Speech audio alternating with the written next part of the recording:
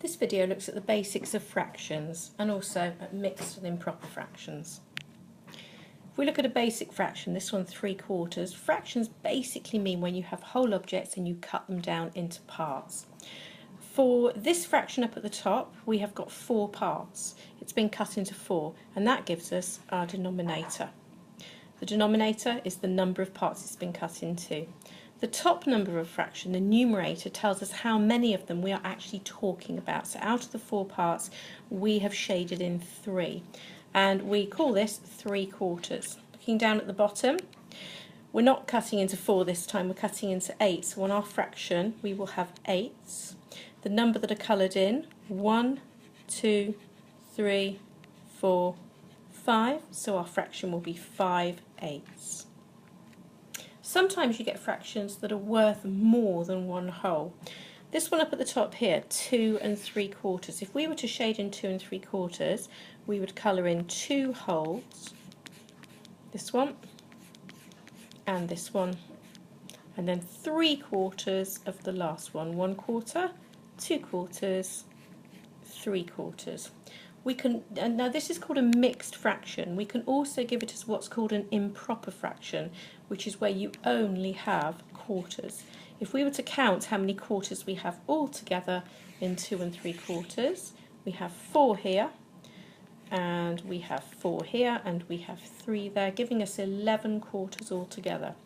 So that's how we'd write it. So this is our mixed fraction. And this is how we would give the same amount as an improper fraction. Some people call it a top-heavy fraction because the number on the top is heavier than the number on the bottom, or larger than the number on the bottom. Let's move on to those improper or top-heavy fractions again. Here we've got 7/4. If we were to draw 7/4, we'd have 4 of them here that would make up one whole, and 3 extra quarters. So if we were to convert this into a mixed number, these 4/4 would make one whole, and these 3 would make 3/4. So altogether, our mixed fraction equivalent would be 1 3/4. Okay, so just recapping, let's go over changing from mixed to improper. 2 1/4. So here, 2 whole ones and 1/4. If we were going to count the number of quarters overall, we'd have 4 and 4 and 1, which will give us 9 quarters. Another quick way to do it without drawing these diagrams is to actually multiply the whole number by the denominator. This would give us 8, and then add on the extra quarter on the top, which gives us 9. There's your numerator. Let's try that method for 3 1/2. So instead of drawing the pictures, let's do 3 lots of 2, which will give us 6, and then let's add on the one that's up at the top. That will give us 7, and our denominator is 1/2. Proving that with pictures, here we go. 3 whole ones and 1/2. So our objects have been cut into 2, so our denominator is a 2, and then we've got 2 there, 2 there, and 2 there, and an extra one, which gives us 7 halves.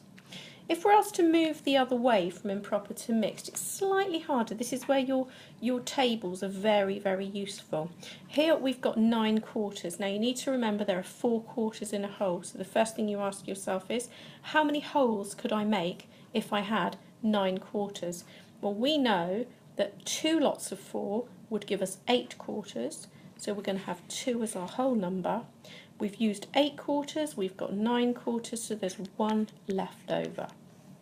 Here, 13/8. Well, out of 13/8, we could make one whole, which would be 8/8, and then we'd have 5 of those little 8s left over.